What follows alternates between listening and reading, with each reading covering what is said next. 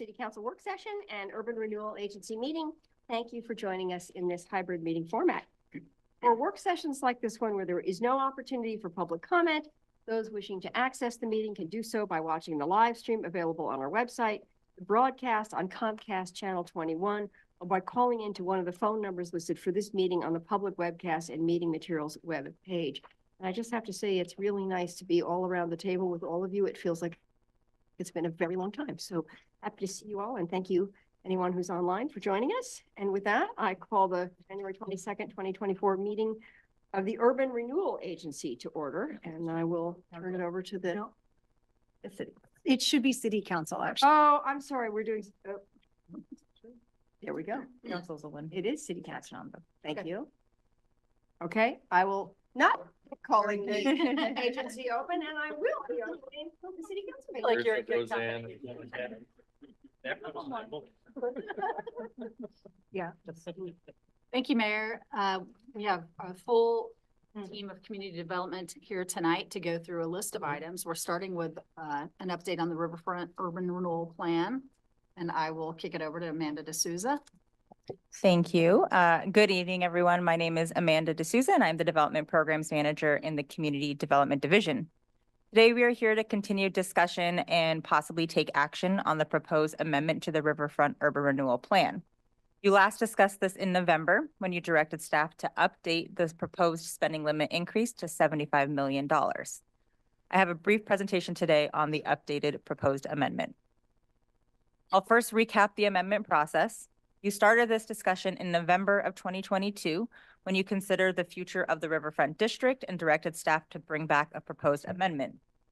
In September, you considered a draft proposed amendment, which included 3 possible spending scenarios, each with a different increase to the spending limit. At the work session, the agency board formally initiated the plan amendment process, choosing to seek feedback on all 3 spending scenarios. The plan amendment process requires several outreach steps, including notifying the general public, seeking concurrence from overlapping taxing districts, presenting to Planning Commission, and holding a public hearing. We also convened the River Guides, the advisory committee for the Riverfront Urban Renewal District, to get their feedback, and I'll touch on those steps a little later. In November, you reviewed those comments and directed us to update the spending limit increase to $75 million. And today you'll consider taking action on the ordinance amending the Riverfront Urban Renewal Plan. I'll remind you of the relevant documents in your packet. Attachment A is the proposed ordinance, which would amend the Riverfront Urban Renewal Plan. Exhibit A is the actual plan, which incorporates the amendment, including the proposed project focus areas and spending limit increase.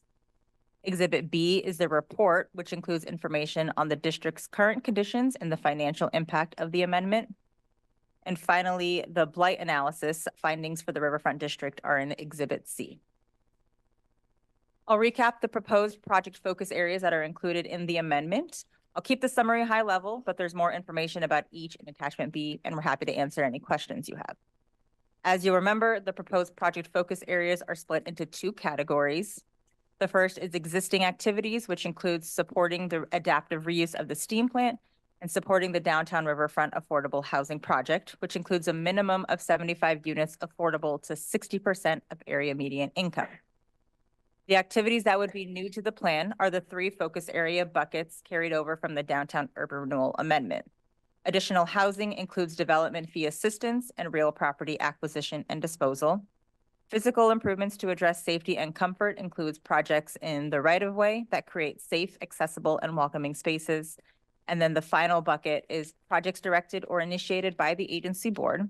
These include projects previously discussed and those that align with the downtown priorities and projects effort. Next is the proposed increase to the spending limit, which is also known as maximum indebtedness. As I mentioned, in November, you directed us to include a spending limit increase of $75 million in the proposed amendment. Based on current estimates, it's forecast a $75 million increase would extend the district by 25 years. As we've mentioned before, as part of the amendment process, we have to estimate how much is allocated to each of the project focus areas. This is a summary of what the estimated allocation could look like. The actual amounts will depend on future agency board action. The majority of the additional $30 million spending limit increase that you added in November was allocated to additional housing and projects directed or initiated by the agency board. Next, I'll recap our outreach steps required by state law. We were required to present to and seek feedback from the Eugene Planning Commission. The commissioners discussed the proposed amendment in October and approved a motion recommending adoption of the proposed amendment. A notice of the amendment and public hearing were mailed to all Eugene property owners. You held a public hearing in October and there were 6 speakers. All were supportive of the amendment, and those who commented on the spending limit proposed a higher increase. All written comments on the proposed amendment are in attachment D. There were no new comments received since the November work session. The River Guides, the advisory committee for the Riverfront District, also discussed the amendment in October and voted to recommend approving the proposed plan amendment using the $45 million spending scenario, which was the highest of the initial 3. Finally, we had to notify all the overlapping taxing districts of the proposed amendment. Lane County discussed the amendment in October and were generally supportive. We received no comments from Lane Community College, Lane ESD, or the Upper Willamette Soil and Water Conservation District. That brings us to 4J School Board and last week's ice storm.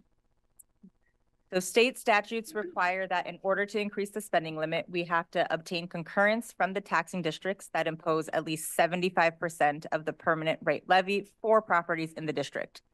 The combination of the city and 4J reached that threshold. So in short, concurrence is required from the 4J School Board in order for council to increase the spending limit. The school board previously provided concurrence up to $45 million in November 2023. And so with the updated spending limit increase, we requested an updated concurrence. They were scheduled to vote last week, and then they ended up having to postpone their meeting until this week. So today's ordinance is drafted so that if you voted to approve the plan amendment, it would only become effective if the 4J board votes to concur with the spending limit increase on Wednesday. You might be wondering why we didn't just postpone council's vote until after 4J board votes on whether to concur. Our timeline has built-in contingencies should the plan amendment be referred to the ballot. Essentially, action by the council today ensures a referral could be resolved before the district sunsets in June and stops collecting tax increment. If the council were to wait to vote on the amendment until after the 4J vote, the plan amendment would not take effect in time should it be referred to the ballot, which is why you're here today considering action that would be contingent on 4J's vote later this week. We don't really have any concerns about their vote. We presented to them in December and they didn't have any questions, and it's on their agenda as a consent item. I'll end today's presentation with the city manager's recommendation, which is approval of the ordinance that would amend the Riverfront Urban Renewal Plan. And with that, we are happy to answer any questions you may have. Okay, thank you. And I see Mike and Emily. Anybody else want to be in the queue? Okay, take it away, Mike. Thank you, Mayor. My only question is, have you calculated, or do you know with the $75 million, what would be the additional funds that would, as of the state formula, flow through to the district, school district? I said the additional funds. Yeah, we estimated the impact was about $45,000 that if, I'm not sure if this is answering your question, but sorry. I'm Maurizio from finance. I should have started with that. Oh, good, man. You jumped right in. What we did estimate was if the district were to stop collecting tax increment, I'm sorry, if the Riverfront district were to stop collecting tax increment, the school district would lose about $45,000 a year in revenue. My question was, because I know there's a state compensation factor that actually when we increase, they get increased, don't they? From the state funding, whereas when we, for example, if we were to stop it, they lose money. Right. But there's an increase for them on the state side. Oh, right. Yeah, it's pretty small. I think what you're saying is, so if we were to stop it, they would lose local option levy revenue, but it would be offset by an increase in permanent rate revenue. Right. The calculation we have, that would be about $900,000 would go to this, not go to the state, but would be included in the state funding formula. 4J gets about 3% of that. So 3% of $900,000 is $27,000 or so, small number. Okay, thank you. Okay, thank you. Emily. Thank you. I have a few comments and a couple of questions. I think this is too much money. regretfully wasn't at the last meeting. I was at a national conference. I just think it's a lot of money, and the time is too long. The riverfront affordable housing, I know it's included in even the lowest amount, but if we didn't do this, then would it just end? You know, we wouldn't be able to go forward without urban renewal money. Excuse me, I'm Will Dowdy, the Community Development Director. If the council's direction has been very clear that the 75 units of affordable housing are an important part of this whole riverfront plan. So if there were no urban renewal funds available, we would look to other ways to provide funds for that. We do fund, as you know, we fund affordable housing projects every year. And so we would use the other means and methods that we have to help affordable housing projects happen, to make the units happen on the site. Okay, that's great. It's important to me because I remember when we were first discussing the riverfront, part of why some of us were willing to go ahead was because affordable housing was included, so it wouldn't be just totally for rich people. The quiet zone, that funding is from the urban renewal funds before, so we still have those. That's a yes for those who are listening. When you say we can use the dollars for SDCs, permits, and other government-imposed fees, can you give me an example of that? So one of the things we're exploring right now is, and it's applied to the downtown area, is to update the downtown electrical grid. EWEB has added a new fee, or they're working on figure out a new fee to help upgrade the grid. So we're seeing if there's a way that we can use urban renewal funds to pay for those kinds of costs. Great. I don't really see why we need, this isn't really applicable, but I got comments. Why we need to get rid of that tower. I think it's sort of interesting and it just gives a better view for the rich people. I'm curious as why we would need a new police building. It's not very far away. It's not all that old. And I have to comment about the sidewalk blight because yes, some of those pictures were really bad, but I've got at least that bad around my area. And we are told that the property owners have to pay for fixing it. So why in this area are we now going to pay for it? Thanks. One of the things that we do with the street improvements, or as we been thinking about the strategy around street improvements and sidewalk improvements, with downtown, we end up with spaces that are broadly shared by many people. And it's an important context to remind people who are listening that when we talk about the Riverfront District, it extends as far as Pearl Street to the west. And so there's an opportunity for spending that very much in the downtown core as well as in the riverfront development side and then all the way through to the east end of the district. I think the opportunity to invest in the sidewalks that are heavily used by people from all over the city as they come downtown for any number of reasons is one of the goals. And the other part of that is that with many of the spending in the urban renewal funds, it's the opportunity to incentivize the redevelopment of property and increasing tax base, which is part of the trade-off of using tax increment funds on projects. And so one of the goals is to create opportunity or incentive for people to redevelop their properties. But the extra money from those taxes is not going to go help the sidewalks in the rest of the city. I am a major advocate for better sidewalks, but I am also a major advocate for equity. The thing that bothers me the most about the increased money is projects directed and initiated by the agency. That's been called a slush fund many times. And it just makes me a little nervous that it's a large amount of money that doesn't really have strings attached to it at this time. And I know that we can change where the money goes in the future, but that's one of the reasons I don't want to go that high. And does this include increasing the frozen amount if what we're voting on today? That comes after if we do this. Okay, great. I think that's the end of my questions. Thank you very much. Okay, thank you. I have Matt and then Randy. Thank you, Mayor. Thank you for the presentation and an update. I look forward to advancing a a motion that embraces the concept, but I'd like some clarification around a couple pieces, please. The 75 units of affordable housing. I'm excited, interested, and impressed.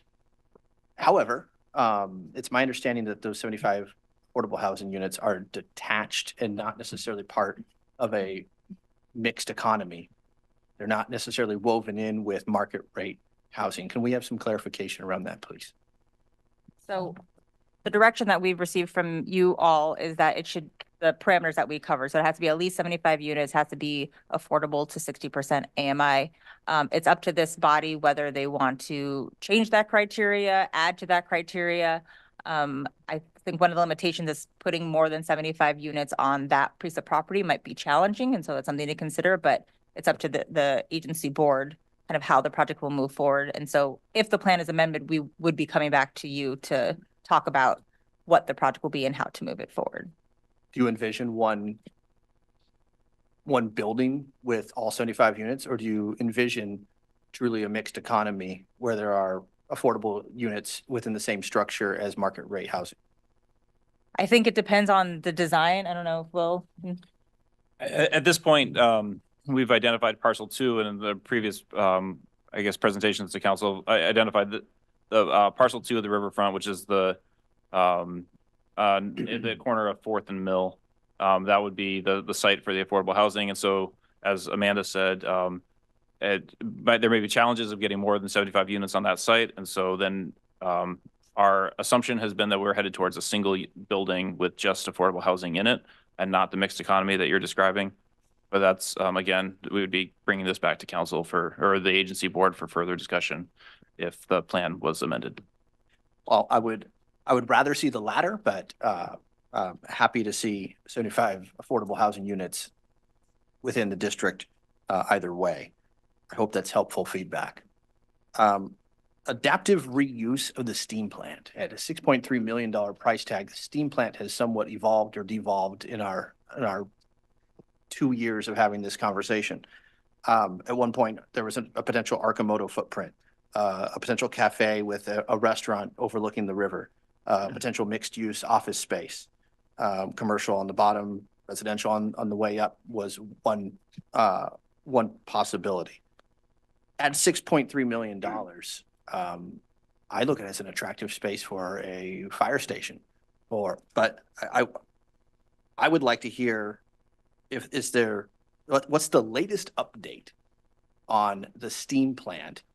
Because the materials, unless I'm missing something, are pretty vague for a $6.3 million price tag.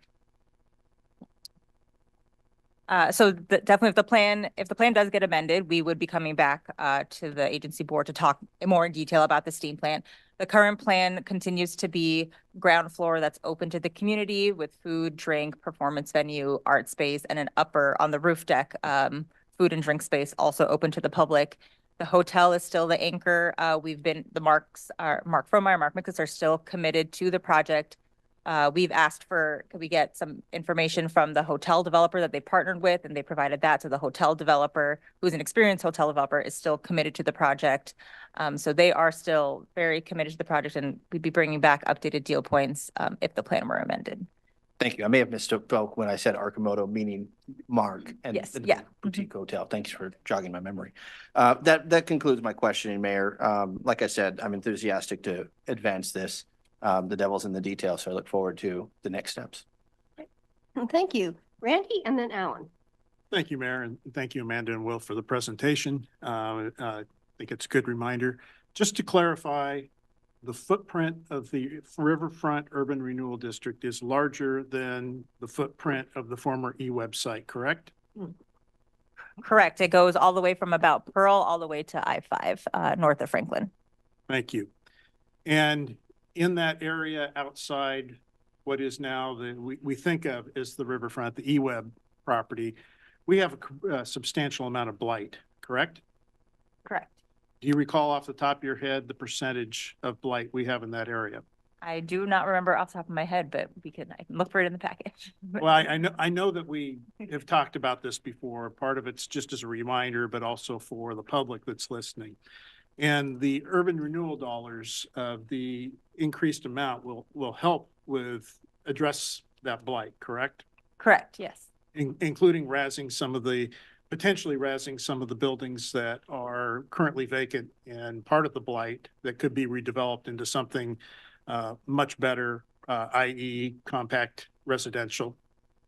Yes, it would be an eligible activity, should we want to pursue that, should we acquire buildings and would like to help support their redevelopment. Thank you.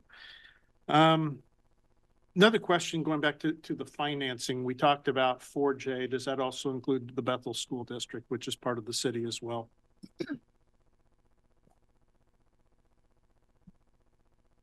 Thank you for the question. The answer would be no, because Bethel does not overlap with the urban renewal districts. Thank you. Just in case we have Bethel residents listening, I just want to make sure that was clear as well. I think that's all I have at this time. I'm in support of moving forward with this. Thank you, Mayor. Okay, thank you. Alan? Yeah, is the $6.3 million for the steam plant from the city, is that the last part of the finance puzzle, or are there other parts that still have to be figured out? The development group still needs to finalize their financing, but they have a plan for all their financing. So this is the biggest unknown, the last remaining unknown for them. So the rest of it's, they know where it's potentially going to come from, Yes. or it's secured. Okay, good. And not been a fan of tax increment financing or urban renewal districts.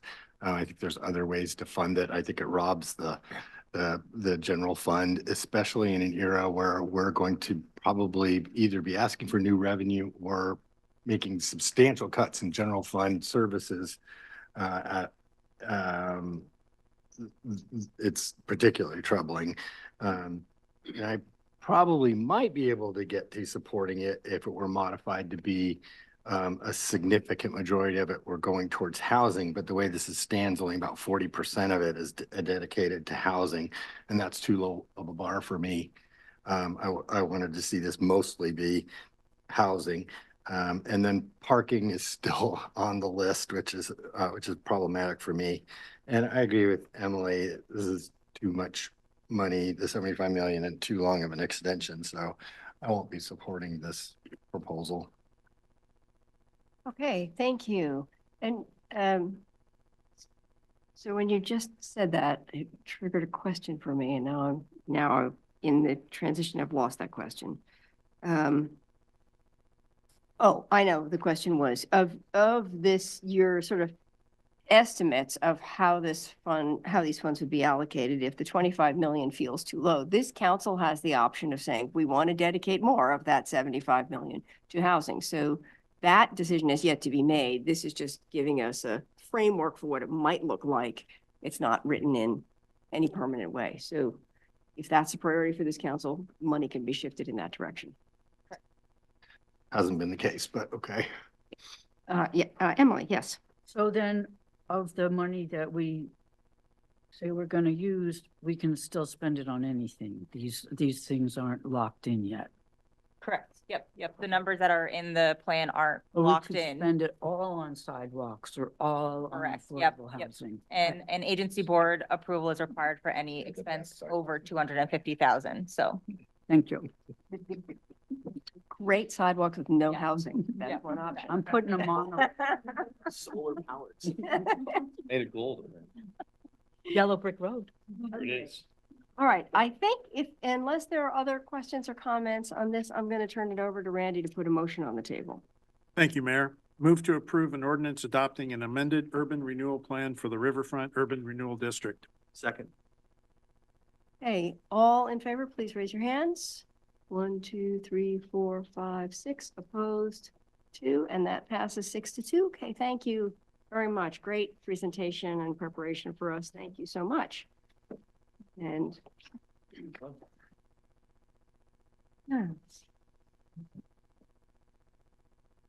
okay. Good. Little moment for a transition.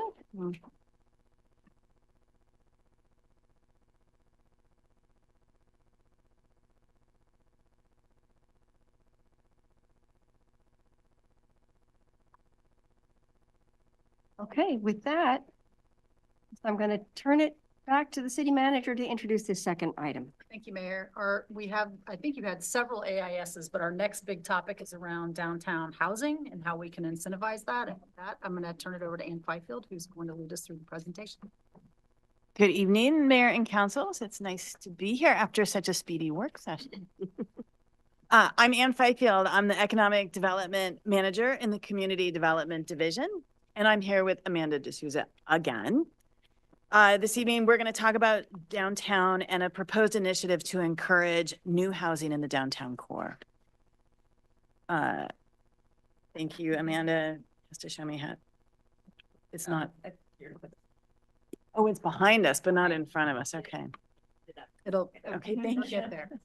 Confusing me. All right, through multiple policy documents, all shown on this slide, City Council has made it clear that Eugene should have a safe and welcoming downtown with plenty of housing. Last June, you amended the Downtown Urban Renewal Plan with direction to staff that the funds should prioritize housing. The amended plan and now plans have created a significant tool that can be used to make downtown safe and welcoming with plenty of housing. Today's work session describes the Downtown Core Housing Initiative, which is a proposal to create incentives that would encourage property owners to build housing in the downtown core, which would help Eugene achieve the goals in all these plans. This initiative would be our first step to start implementing the amended Downtown Urban Renewal Plan. We're going to kick off our presentation with a short update on the city's efforts to address downtown's challenges. And then I'll describe some of the unique barriers to creating new housing in the core. And then I'll hand it back over to Amanda, who will walk you through the Downtown Core Housing Initiative and 2 potential programs that are intended to address those unique challenges. And then we'll stop talking and listen to you for direction on our next step.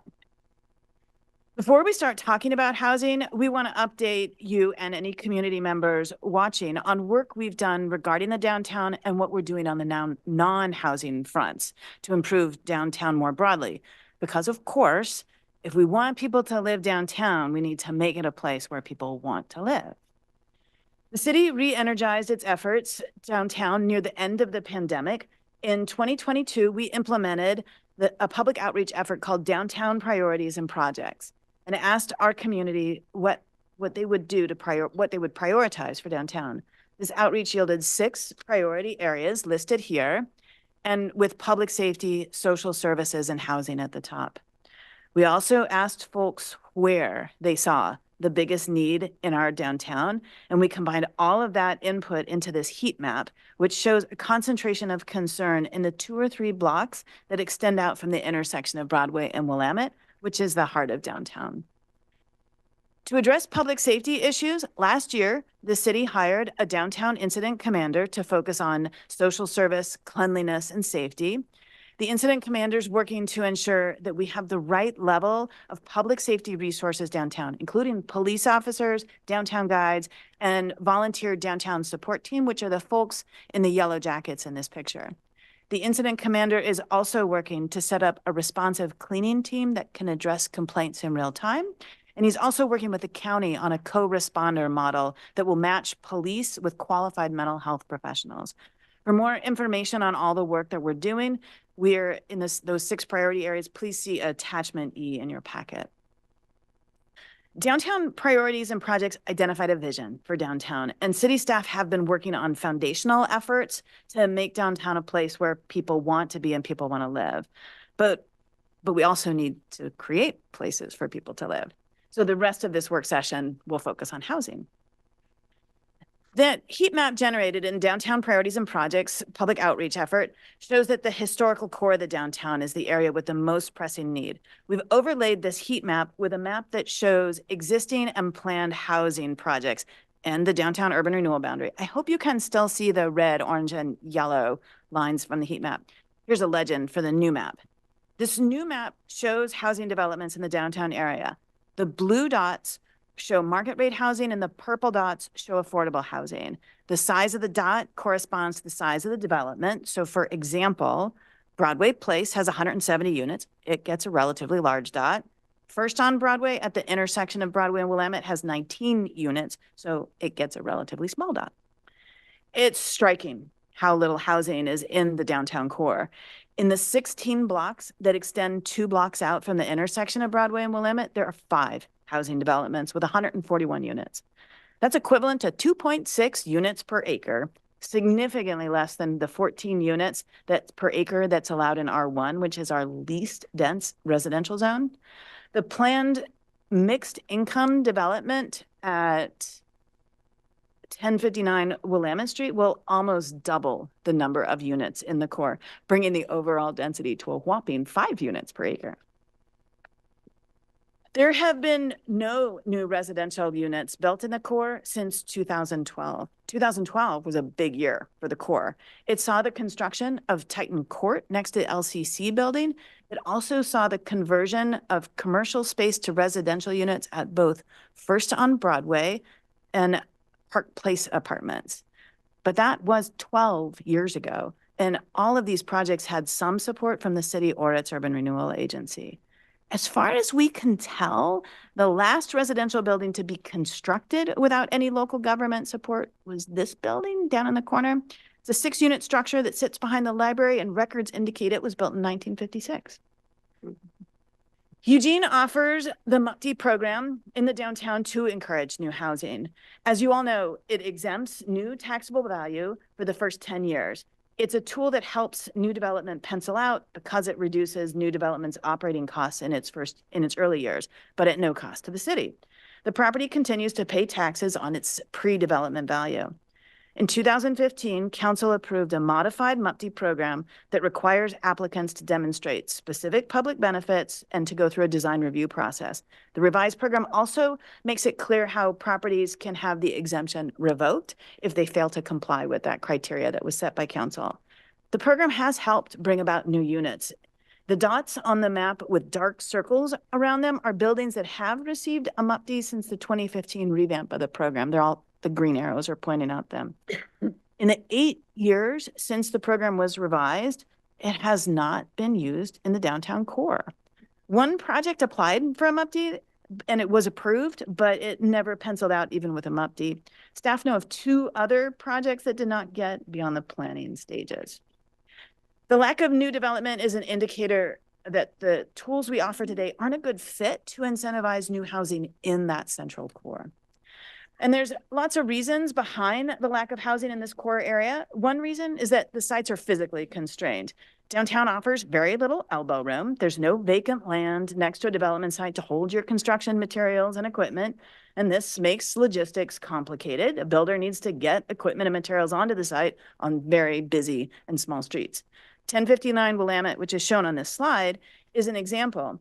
It's an L-shaped parcel, it has neighboring buildings right next to it, and it actually wraps around the building on the corner.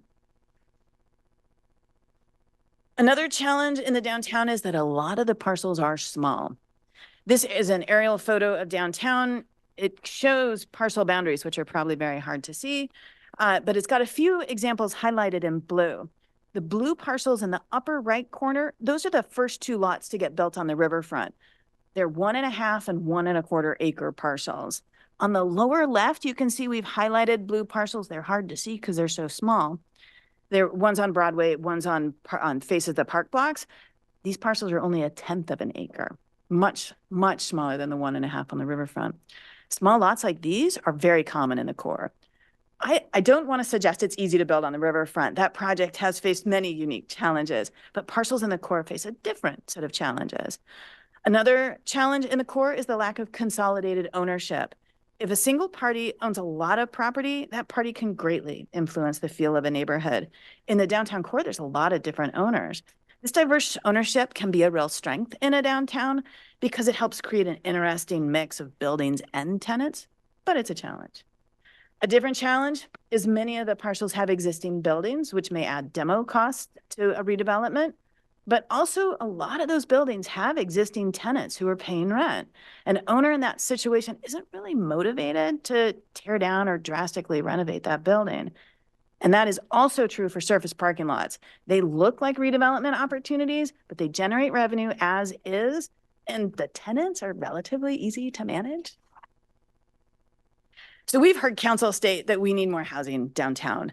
The Downtown Core Housing Initiative is a potential path to begin making progress to achieve that objective. Today, we want your feedback on two potential pilot programs: development fee assistance funded with downtown urban renewal funds and an accelerated MUPD, which would only apply in the downtown core.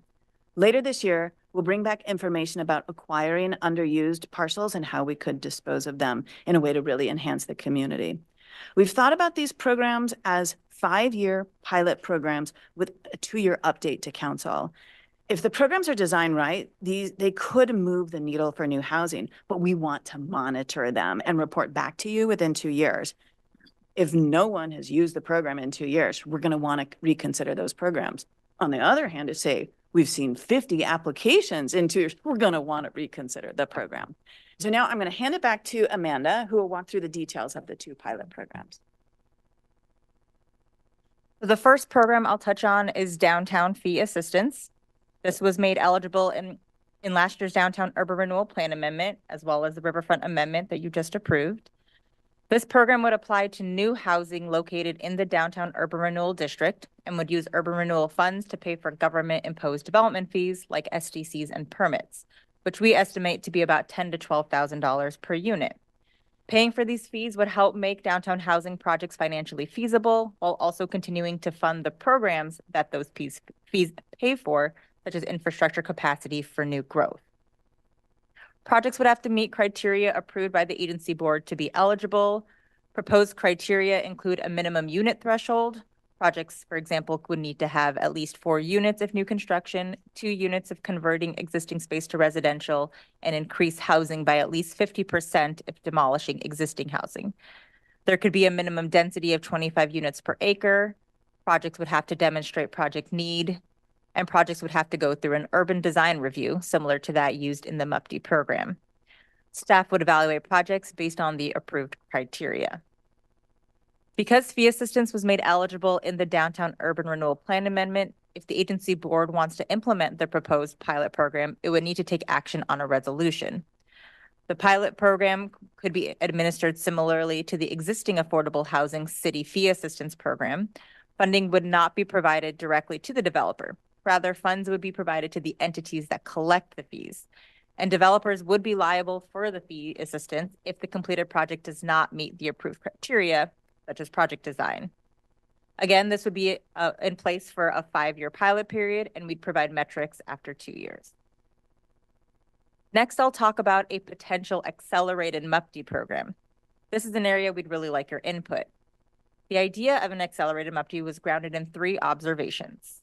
First was seeing how MUPD has been used since council overhauled the program in 2015. As Ann mentioned, since then, we've seen the tool used only on the peripheries of downtown. Its benefit hasn't been enough to overcome the challenges of building housing in the core. We've also heard from developers about the challenges and limitations with the existing MUPD. Developers have noted the lengthy MUPD process adds uncertainty, pre-development costs, and time to the development process. In addition, the significant costs associated with the application make it inaccessible for smaller scale developers and smaller scale projects. Finally, we know we need more housing in the downtown core. Based on these 3 points, we think there are opportunities to adapt the existing MUPD, so it would encourage developers to focus on the core through an accelerated MUPD program. The basic idea is that an accelerated MUPD pilot could offer a streamlined process to qualify for a 10-year property tax exemption on new residential units. It would exist as a separate incentive than the existing MUPD and would only be available in the core. A potential boundary is shown here, and I'll talk a little bit more about that later. Today, we're presenting on potential opportunities and considerations for an accelerated MUPD. To start, we look for streamlining opportunities in the existing MUPD that would shorten the application time, allowing projects to move forward more quickly and adding certainty to the application process. It would reduce city administration time and costs, and then it would reduce the time and resources needed to apply, making the program more accessible to a broader range of development types and potential teams. Similar to fee assistance, it would also be a 5-year pilot. Today, we'd like to know if council is interested in moving forward with the possible program and want your feedback on possible program elements. To start, I'll do a very condensed overview of the existing MUPD program. It consists of basic project criteria, 7 public benefits, and a detailed application and post-approval process. To better understand the timing challenges, I'll walk through a typical MUPTE application process. Projects first start with a completeness review. Staff work with the applicant to make sure all information is submitted. As you all well know, MUPTE applications are pretty hefty, and it usually takes about a month before we can deem the application complete. This also doesn't take into account the time it takes the applicant to prepare the application before we ever see it.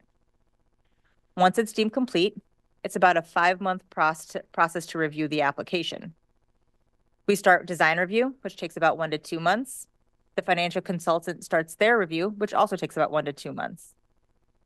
The largest chunk of the application review process is dedicated to the review panel.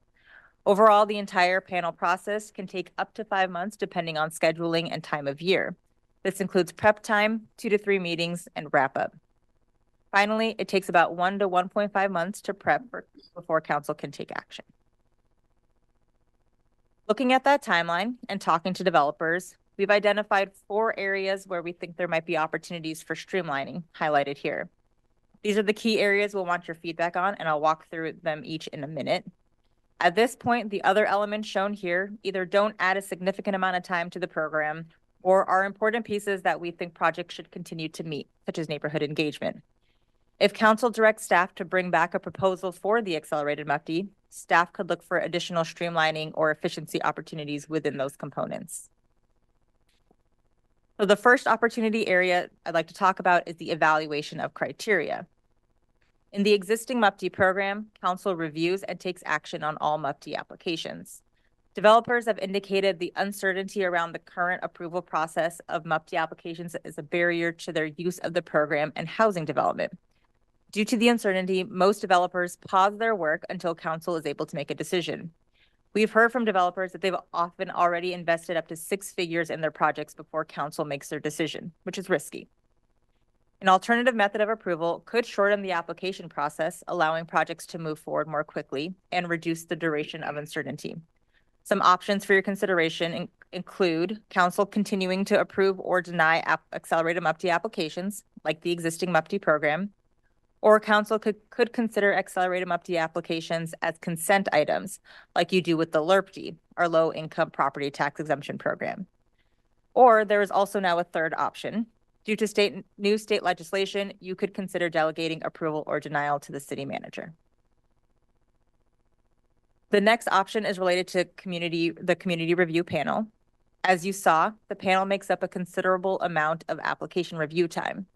During the pilot period, council could consider removing the panel review process from the accelerated MUPTE. This could reduce the process by 2 to 5 months. An internal staff team could continue to review applications for compliance with council-approved criteria. The next opportunity area is project need. Currently, each application includes a financial pro forma to demonstrate project need. The pro forma is reviewed by staff, a financial consultant, and the panel before council takes action. We collect an application fee, which offsets the cost of the consultant. During the pilot period, council could consider revising the project need review process. This could save time for applicants and staff and reduce application costs. The final opportunity area we've identified is changing the minimum number of units to support smaller scale projects. The existing MUPTE program requires a minimum of 5 units. For an accelerated MUPTE, council could consider reducing that to 4 units for new construction or 2 if conversion. Lowering these minimums would hopefully encourage new residential construction or conversions on small and constrained parcels, which are common in the downtown core. And we also hope it would support smaller developers who would like to pursue smaller scale projects. We also anticipate we'd carry over the current MUPTE requirement of increasing units by 50% if removing existing housing. We've included a potential boundary for your consideration. We considered what people might think of the downtown core and what also overlaps with the downtown urban renewal district. And we also didn't want to create another new downtown boundary. So we looked at existing boundaries and chose to present the downtown activity zone as a starting place. You'll note that this boundary extends slightly more west than the current MUPTE boundary. We think there are some key properties within that area that do have development potential. This is another place that we would like your feedback, which brings me to this slide. If you're interested in further exploring a possible accelerated MUPTE program, we'd like to hear your thoughts about the overall concept, the 4 opportunity areas we highlighted, and the potential boundary. If council would like to move forward with an accelerated MUPTE program, potential next step would be for you to direct staff to bring back a program proposal for consideration. To implement a program, ultimately staff would need to draft an ordinance, and you would hold a public hearing on the ordinance before taking action. I'll end with possible next steps for both programs. So for an accelerated MUPTE, today we're looking for feedback on those elements of a possible program and whether we should come back with more information. For downtown fee assistance, we're looking for direction on whether to bring back a resolution or make more revisions. To take action, you'll have to gavel out of the council meeting and go into the agency board meeting as the program uses urban renewal funds. With that, we are really looking forward to this conversation and are happy to answer any questions that you all may have. Thank you.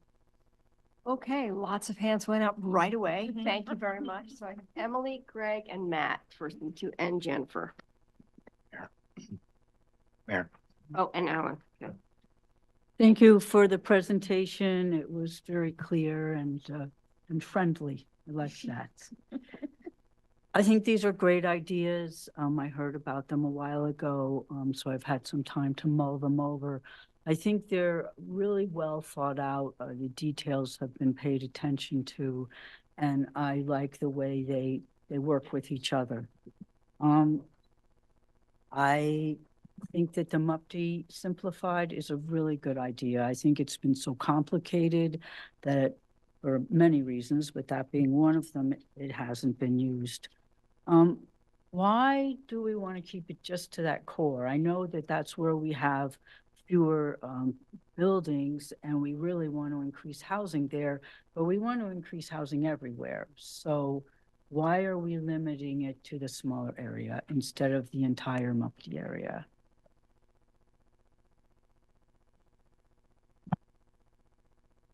Because we want to focus, that core hasn't seen any benefit from the existing MUPTE, and that we knew that that's the one place where changes would be more likely to have an impact while it's seen success on the periphery. But I think we're absolutely want to hear, I think all of we want to hear that, the answer to that question from all of council, really. I would really think that if we're going to do this and it's a good idea, that we shouldn't limit it. It's just the people outside of it are going to be unhappy that they have to do all these shenanigans when the other people don't. So it is a trial. If it doesn't work, we could always go back to a smaller thing, but we need this housing.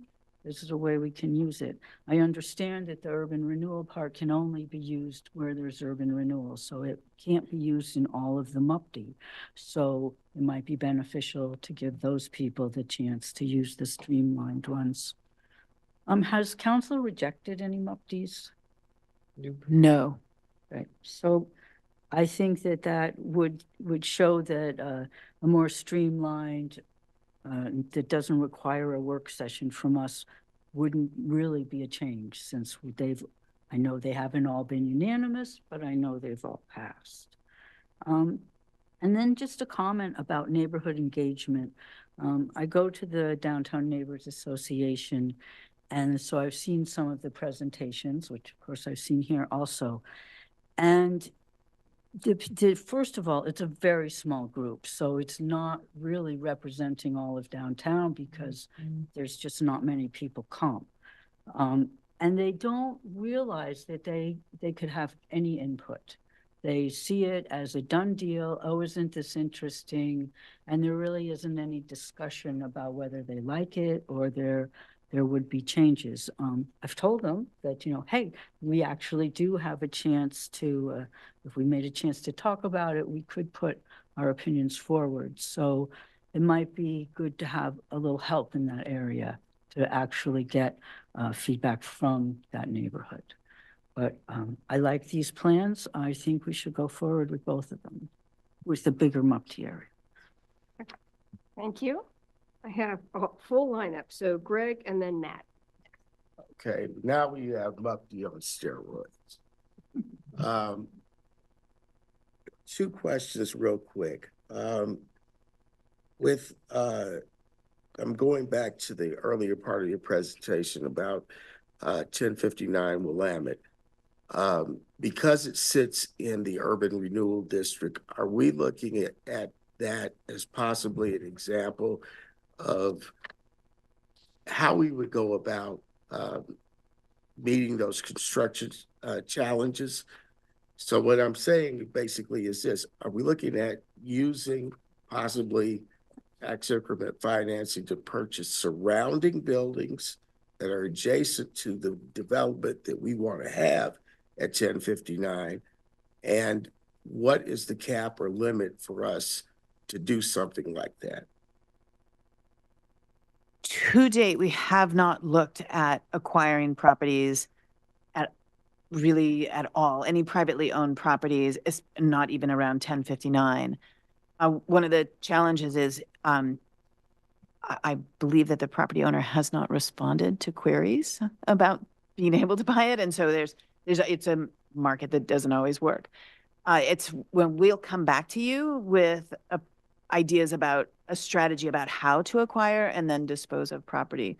We haven't really put enough thought into it at this point. But I would say 1059 Willamette is a good example of what is possible in that we could acquire a property, we could offer it through an RFP with criteria of a project we want to see. We could put urban renewal funds to kind of support, and it would theoretically qualify for SDC and permit assistance. So it's an example of what could be done in the downtown area. Because right now, the way that it sits, and I've been told this by a number of people, if they want to take that building down, which they probably should take the building down, then there's all kinds of hurdles that you have to go through in order to do that. And the impact on the surrounding properties makes, developing that property harder than it would have been if we had, developed a different property or acquired a different property for development that's outside of that area. So that's one thing. Second question is the fee assistance part of this. So we're looking at waiving basically SDC charges and permit fees for the duration of the project. It wouldn't be waiving, it would be using urban renewal funds to pay for the SDC. Okay, so Yeah. we would actually be paying ourselves to pay for the fees instead of the developer. Correct. Okay, I got it. Okay, all set? All right, Matt and then Jennifer. Great, thank you, Mayor. On page 9, slide 17, 18, and then page 10, 19, we see the downtown urban renewal district. On page 11, slide 21, we see that postage stamp of the potential accelerated MUPD boundary. But it goes outside the urban renewal district. Is that accurate? The potential Mhm. boundary, yes. Yeah. Great. So if that's the case, has there been conversation around taking that, since we're not constrained by the urban renewal boundary, taking that out 6th or 7th or out Highway 99? The MUPD boundary? The newly proposed potential accelerated MUPD boundary, yes. We haven't discussed it, but if that can be on the table if council would like to discuss that. Very much so, yes. On slide 22, page 11, no housing designed for students, and yet we sit in a building that houses students. I want to say about 100 units. As you pointed out, the last time any significant investments in housing downtown was about 12 years ago. How does one enforce the housing designed for students piece? Moreover, how does the municipality enforce the no vacation housing? What guardrails are in place to prevent someone from using Airbnb once they live in said unit? So the way the student housing definition is handled in the existing MUPD program, it has to do with how the building has been built and designed. So it's it says if it's multi-unit apartments that are rented per bed per unit, each of them are on an individual lease and they have a shared common space. And so that's what's defined as quote unquote student housing. In terms of, and so we can evaluate that when an application comes in. In terms of vacation housing, that honestly takes staff poking around on Airbnb to make sure that none of the units in the building are being rented via that mechanics. But we have clear conversations with our applicants about what they're risking should it. That Airbnb piece sounds like Yes. a future work session. Yeah. The shared space is kind of the hallmark, it's my understanding, of conversions from retail to residential. What constraints, if any, do you see? And I'm keenly interested in places like the old Wells Fargo building that can be converted. What constraints and what potential do you see within this proposed accelerated MUPD boundary for conversions in our community?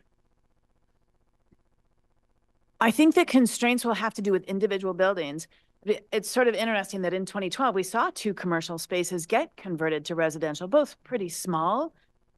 One of the challenges with bigger buildings like the Wells Fargo building is they have very large floor plates. It's difficult to get windows into every unit. Just the physical requirements are a challenge that probably don't make sense unless with these 2 programs, it would still not make sense because the complexity of converting that floor plate to residential is so tricky. Cities are having that issue all over. These big floor plates just don't convert well to office. Some of our smaller office buildings, I think there's a lot of opportunity for second floor conversions. And some of the smaller office buildings, I think there's a real opportunity to convert those over. That's encouraging. How many MUPDs in the last 12 years have been in front of council? As was pointed out, no MUPD applications were denied, but ballpark, how many MUPDs have been in front of this council in the last decade plus? I'll answer in the last 8 years since a 2015 revamp, it's 6. And then, No, there's 7 because another one came that was in the core that then never got built and council approved that one. So 7 have come and been approved. and then in 10 years, probably 3 or 4 more other than those. So this proposal in that aforementioned proposed area, you would guesstimate that would double the amount of MUPDs in that area? You mean in the proposed accelerated MUPD boundary that we've got? Quite honestly, I don't think I'd be willing to venture a guess. I think that the proof will be in the pudding if this is effective. There's so many variables right now with construction that between inflation, construction costs, volatility in rents, that there are so many other factors that feed into it. This is one factor that a developer is facing out of hundreds of different factors. Okay, thank you. And finally, I would submit that I don't necessarily see putting this on a consent agenda as speeding up the timeline. Any one of us can pull an agenda item from a consent agenda. But I do think that there are important guardrails for this council to have as the final arbiter as to whether or not a MUPD application is approved or denied. So I think that it's appropriate, though I'm cautiously optimistic. I want to explore this. I think it's appropriate council retain that authority. Right on. Finished it right on 0. That's my Well done. radio experience. Right Well there. done. Thanks. Okay, Jennifer and then Alan. Yeah, thank you. Thank you guys for this presentation. I really appreciated kind of looking back at, especially at the MUPD program and like, what have we gotten from it? It's really eye-opening that it's been successful, right? In some ways, and yet in other ways, like clearly there's something we could do better, right? Which is what I think you've brought to us. These are great ideas. So in your question, I would love to see both of them come back for more discussion. I think they're definitely are worth it. I personally have been frustrated with how, we set these criteria for people for the MUPD, and then I agree that it feels very up in the air whether you can, the staff sends it this thing, everything's checked, they've met all the criteria, and yet here we are talking about it. And why are we doing that? Like, it seems like a waste of our time to me. If someone has met the criteria, you can verify it. You know, why do we need to spend a half an hour arguing about it? Let's just let them get on with their work and get the project done. That's what we need. So, so I am comfortable with having a discussion about these, but they make sense to me. Emily's question about the boundary is interesting, and I'm not sure I 100% understood your answer about, I kind of get the idea, okay, yeah, we should concentrate on where we're seeing the most, where we really want to see results, but I guess my question is, what's the downside? Is it staff time of having the project area bigger? Like, I don't think there is a downside. I think it's really the factor we've heard really wide variation in what people would like to see. We took this to a focus group of developers and they, a lot of them said, you should extend the existing MUFD boundary. And other folks have said it should only be in the core. right. And so I think the core is what needs the help the most, but there's not, I don't know. I think it's a political decision whether or not to expand it beyond that core. And I think part of it is and I don't know how often this would happen, but if you have a developer who's looking at two properties, one within the accelerated MUFD, one within the regular or not, that they might be like, oh, there's an easier path. I want to go with that path. I'm not sure how often that's happening, but it's a possibility. Right. I would definitely want to steer people where we want them to go, right? I wouldn't mind having a discussion about the boundary a little more when we come back, because I'm still not sure what the right answer is. Yeah, I hope that's helpful. Thank you, Alan, and then Randy. Yeah, I think it's an interesting discussion about MUFD and the boundaries. There's been lots and lots of housing developed outside the MUFD boundaries, a lot more than been in the boundaries. The reason we haven't rejected any is because developers know that if it's in the boundary, you can get this MUFD and you can build that housing there. But if it wasn't there, they probably built anyway. I think you got a tough row to hoe here. You're trying to create or incentivize a market for housing in the downtown. And I think that's a tough thing to do because there's a multitude of reasons why housing doesn't get built here. And I'm not really sure that the MUFD process and SDCs are what the problem is. I didn't see in here anywhere an analysis of or a bulleted list of reasons or barriers to development downtown, kind of just focused in on the solutions. And that kind of analysis, look at barriers, kind of I'd like to have seen that because that would lead me towards solutions. Is there anything like that analysis done other than looked at the broader barriers to why there's no housing on that? The barriers that I went through, the constraint sites, the logistics are difficult. The cost of controlling traffic adds costs, and small lots are a problem, and the unconsolidated ownership, and existing buildings that already generate rent. There's myriad factors that make it difficult. I think what these programs are tools that the city has access to. We're not going to be able to control for a lot of the factors. We can't affect the floor plate of a building.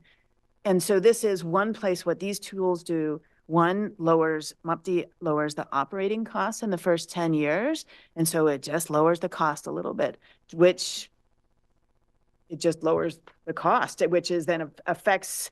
That's money that then can be focused on managing the traffic and all of these other logistics. And then the SDC, covering the SDCs and permit fees, reduces the costs of the upfront development. And so it's just another tool to simply lower the cost.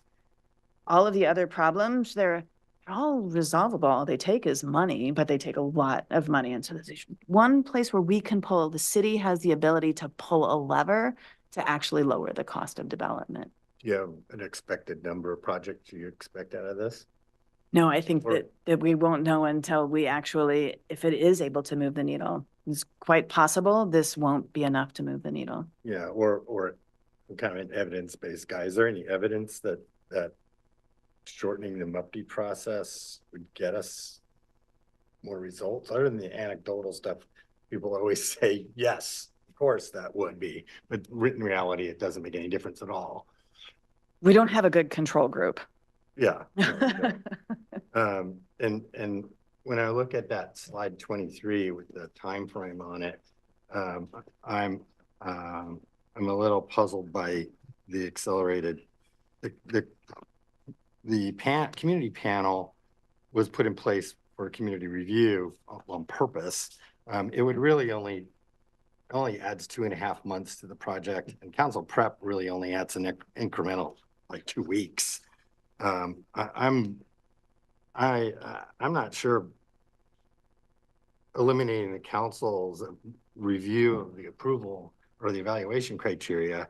2 weeks isn't, I don't think it makes much of a difference. It's really about risk and uncertainty.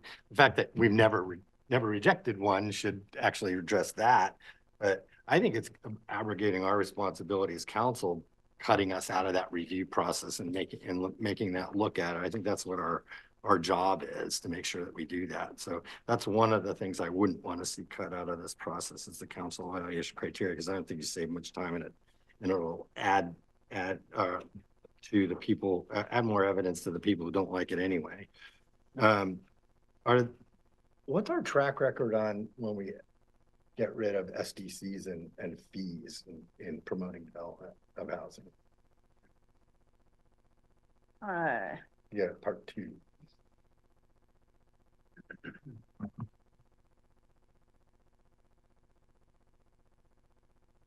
Hello again, Will Dowdy, Community Development Director. We've the program that we do offer this in is affordable housing. We have a program where we it's very similar to what was described today, allow affordable housing development to have offset SDCs and permit fees. We again, we don't use this as a control group, so we don't look at some projects that get this and some that don't. What we've heard from these developers is that this is very important to them meeting their bottom line. Of course, those are projects that have different financial considerations, different financial constraints.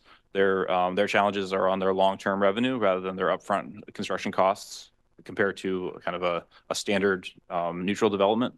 But the words that we have heard from them is that this is a critical part to them of being able to finance their projects and move forward. Again, as Ann said, we don't have a control group for market rate development to see whether this would be effective or how much impact it would have on the projects. But we do know that there's a barrier that they face, and this is one place where we have the ability to move a lever. Well, you do actually have a control group. It's every place outside of MUPD, in which it has had a lot of development without all these subsidies. Okay, Randy, and then Mike, and then Lindsay. Thank you, Mayor. And thank you, Amanda, for the presentation. Just quickly, why it is more difficult to develop in the downtown rather than the outside areas.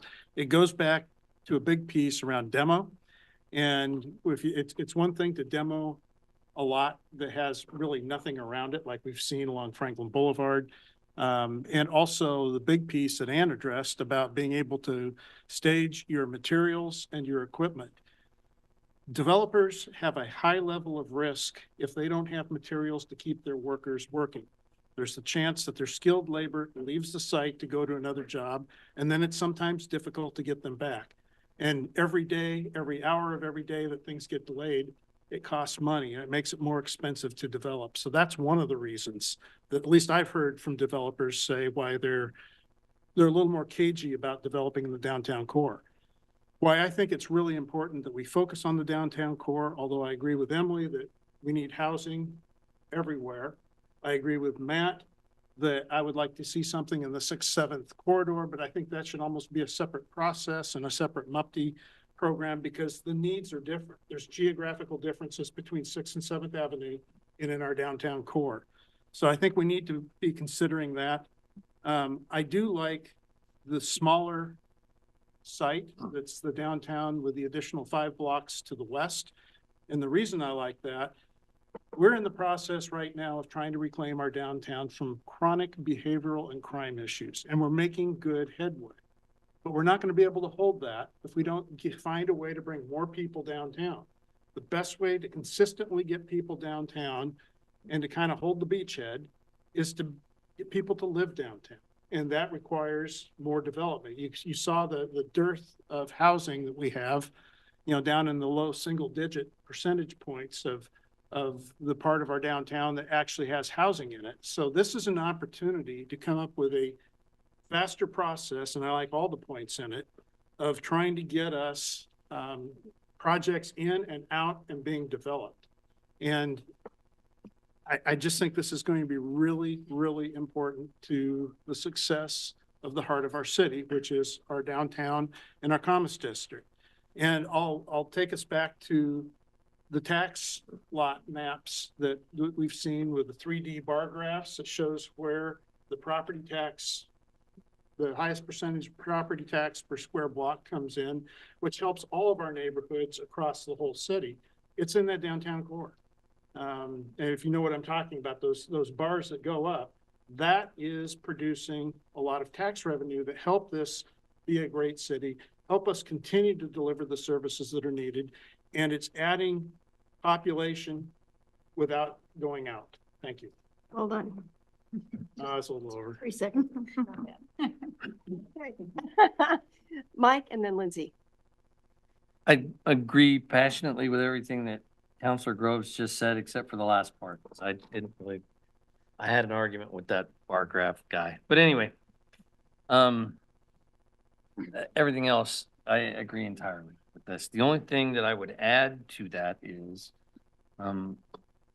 my estimation over time is that the Tate was a success, right?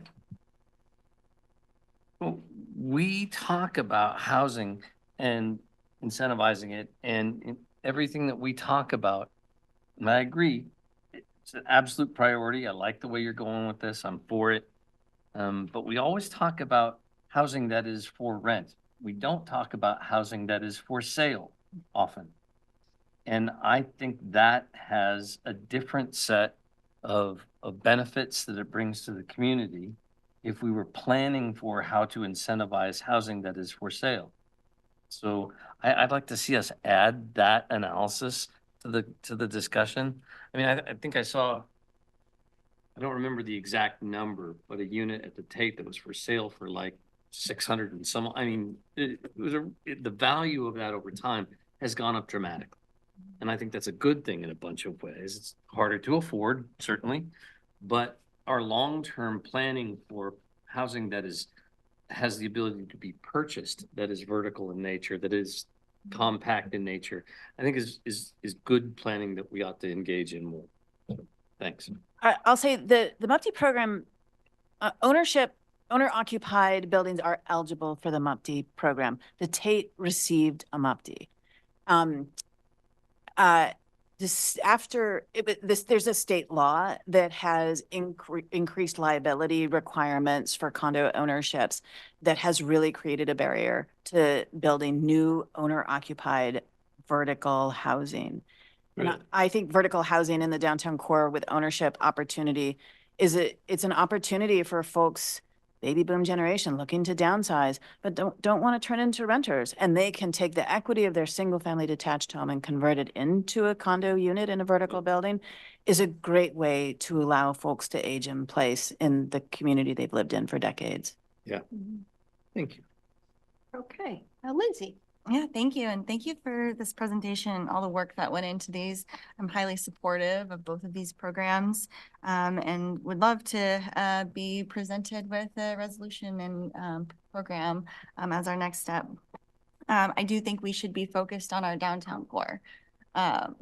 Our goals and our priorities that we have established as a council and as a community really talk about densifying, making walkable neighborhoods and getting bodies down into our downtown so that we can support our retail and our businesses there that are often failing at this moment. We do not have enough people downtown. So filling those streets up with people who can make purchases and support our largest tax base in our community, I think is our utmost priority. So I definitely think we can be talking about our 99 corridor more at a different time. I think it's very important that we start looking at that in terms of a plan and how we continue to develop that area as well. But here we are talking about our downtown Mupti. I think we need to keep on keeping on. And if, like you said, we come back in 2 years and say, okay, even with this accelerated program, we're really trying to focus on our downtown. It's still not working. Let's reevaluate. We can do that in 2 years. And at that point, we can maybe look at expanding the boundaries some more. But I would like us to really even hone in as much as possible on that one intersection, you know. And so the council, I think we should still keep some control, but I'd like to see it in a consent calendar, like the LRT applications. And like Matt said, we can always pull that if there's something concerning, but keeping that kind of in there. And is there an opportunity to increase these and with low interest loans for some of these developers? That's my question. That's such a good question. We do actually have a loan program that was capitalized with the Downtown Urban Renewal Funds many years ago. It's been in place for a long time. And actually that's some of the support that went into the construction in 2012. And so that is available today. And so we would love to make more of those loans. Wonderful. And then can we just get a reminder of one of the requirements for the MUFT, which is the moderate income housing contribution? Yep. So this is the moderate income housing contribution that was added in 2015. And so to meet this criteria, projects can make their contribution in one of 2 ways. The first way is they could pay a fee, which is equal to 10% of their total tax exemption. The second way is to allocate 30% of the units in the project to have rents that are affordable to 100% AMI households. Thank you. I know that is a piece that developers talk about being, you know, a difficulty in penciling out. I don't want to lose that piece. I think it's really important to be adding that to our affordable housing trust. But looking at that maybe in different ways or more creative ways, I don't know if we can do that. But if that's a piece where we're like, we're going to get housing or we're not going to get housing, I think it's worth a look at and just to see. Sorry. And that is all I have for now. Okay, thank you. I have 2 counselors who wanting a second round, but I'm just going to jump in for a second. And Lindsay really, and Jen, several of you have said things that I had in mind, but I just wanted to come back to it for a minute, which is, I am kind of interested in the question of the boundary, but I just sort of want to remind everyone that this conversation came out of a discussion about how to invest in our downtown. I mean, that's the core of this, the reason we're having this conversation. So we can look at the boundary, but that's where it started. And so that's why that's the focus. And I think for really good reasons.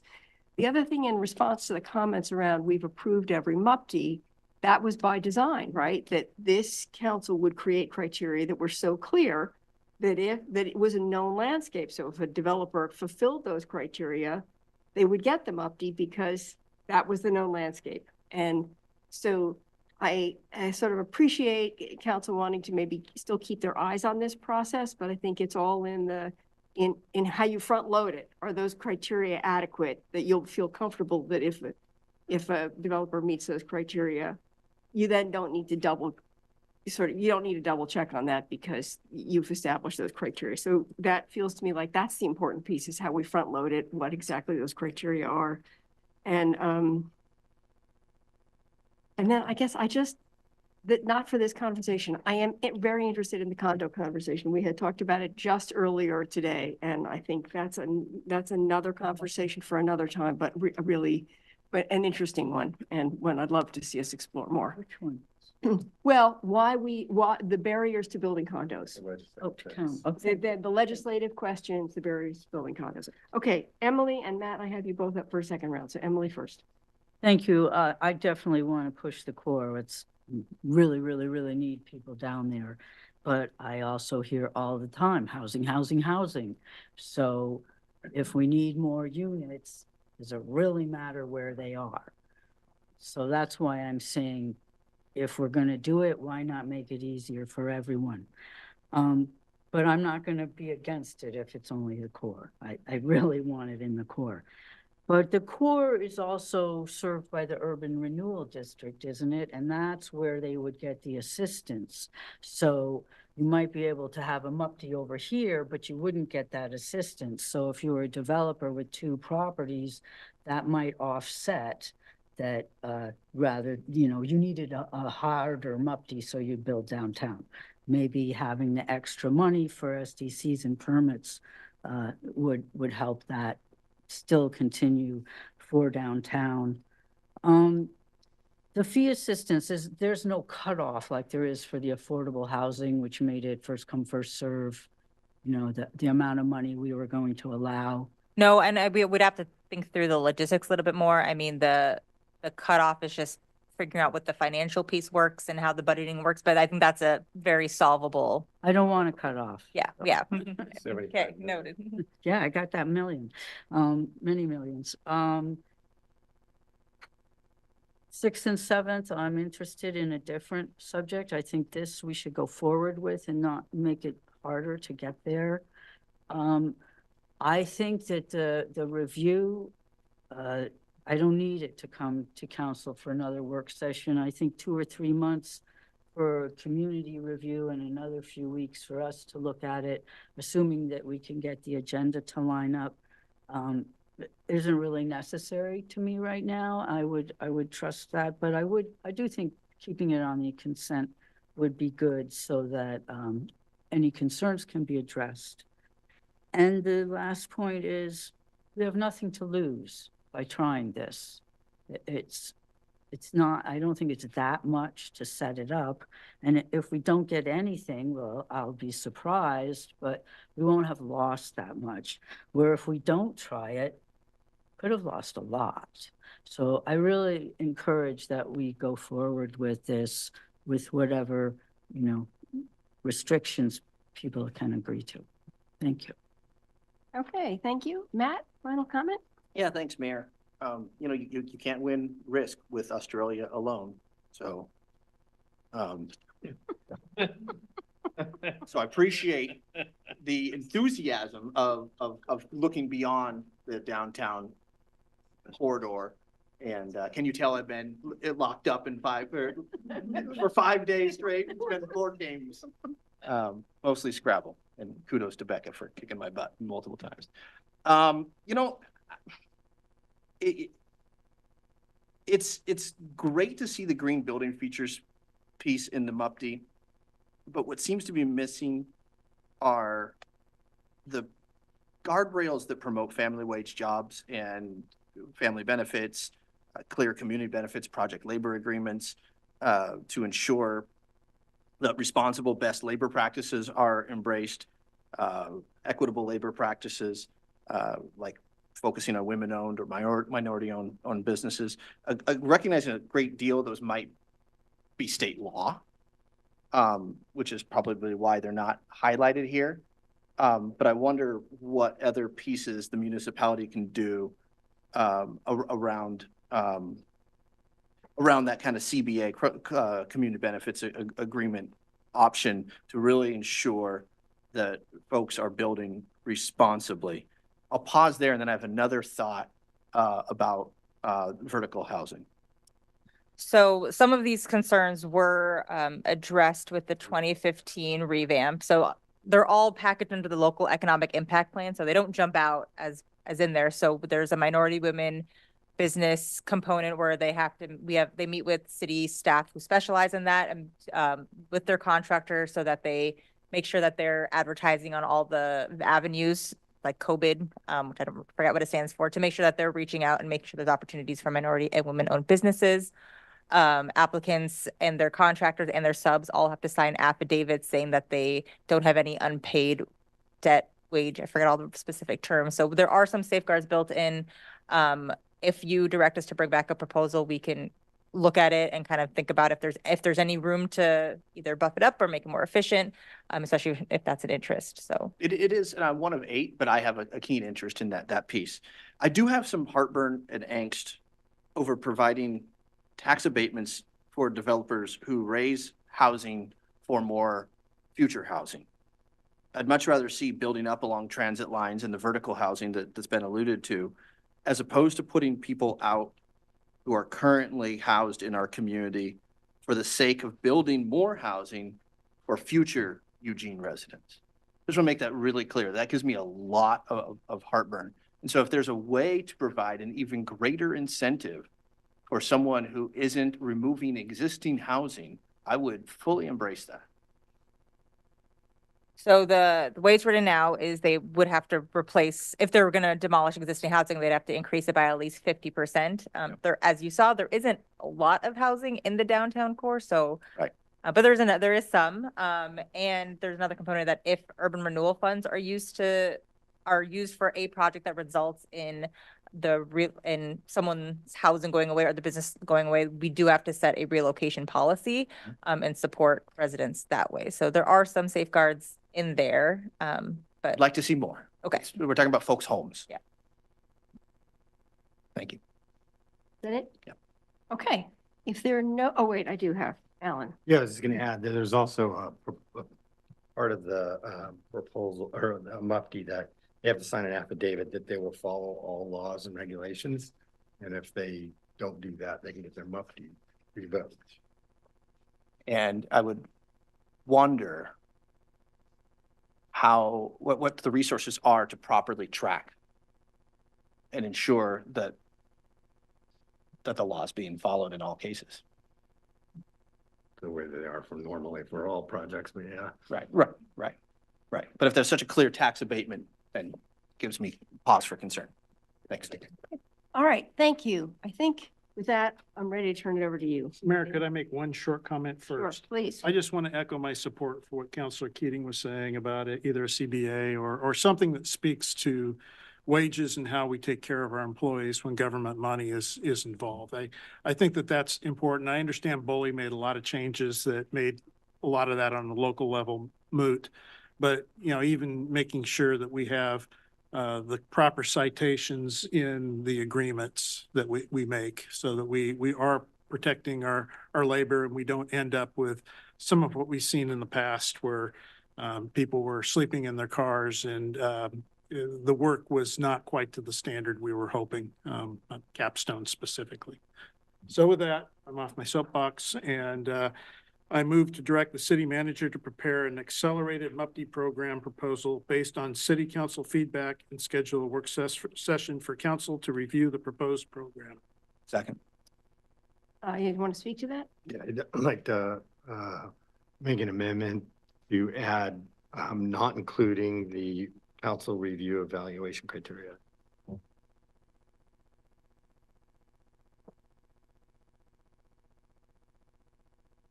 Oh, I have a question. Yeah. So if we pass that, what you're saying is you don't want to discuss that option?